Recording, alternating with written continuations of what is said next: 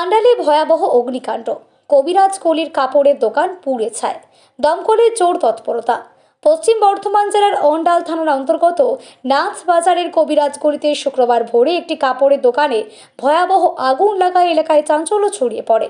ভোরবেলায় লাগা এই আগুন অল্প সময়ের মধ্যেই ভয়ঙ্কর রূপ নেয়। ঘটনার খবর পেয়ে অন্ডাল থানার পুলিশ ও দমকল বাহিনী দ্রুত ঘটনাস্থলে পৌঁছে আগুন নিয়ন্ত্রণে আনার চেষ্টা করে।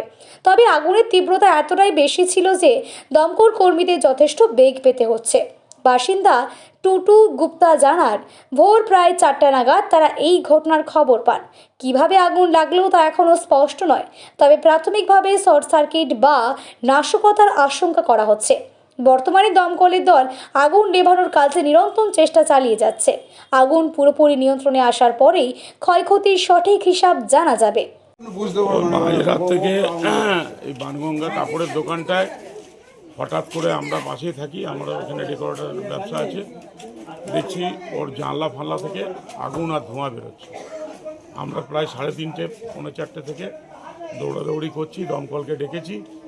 দমকল এসে প্রায় 2.5-3 ঘন্টা হয়ে গেল, এখনও আগুন কন্ট্রোলে আসেনি।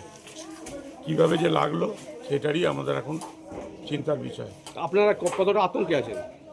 আমরা পুরো আতঙ্কে আছি। কি আমার পাশেই সমস্ত কিছু ওই ডেকোরেটার্সের যে সামান জিনিসপত্র আছে সেইগুলোর নিয়ে চিন্তা আছে। পাশের বাড়ি একদম লাগোয়া লাগোয়া ঘর আছে, ওইখান থেকে যদি কোনো আগুন লেগে যায় তাহলে আশেপাশের ঘরেও আগুন ছড়িয়ে যায়। কি মনে হচ্ছে আগুনটা কি?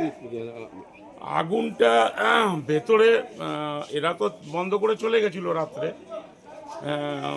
শাটার বন্ধ ছিল, সব ছিল।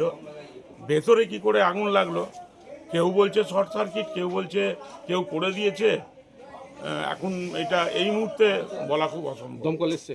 দমকল এসেছে। দমকল তো প্রায় 4:30 পৌনে 5টা থেকে চালাচ্ছে ওদের লাইন। 2-3টে গাড়িও এলো, জল শেষ হয়ে গেল। তো এখন চিন্তা হচ্ছে যে যাওয়ার তো কোনো রাস্তা নেই, ওদের তো গেট একটা। দমকলও তো যে জলটা নেবাচ্ছে ওর গায়ে গরম জল পড়ে যাচ্ছে, ছেলেগুলোর অবস্থা খারাপ হয়ে যাচ্ছে।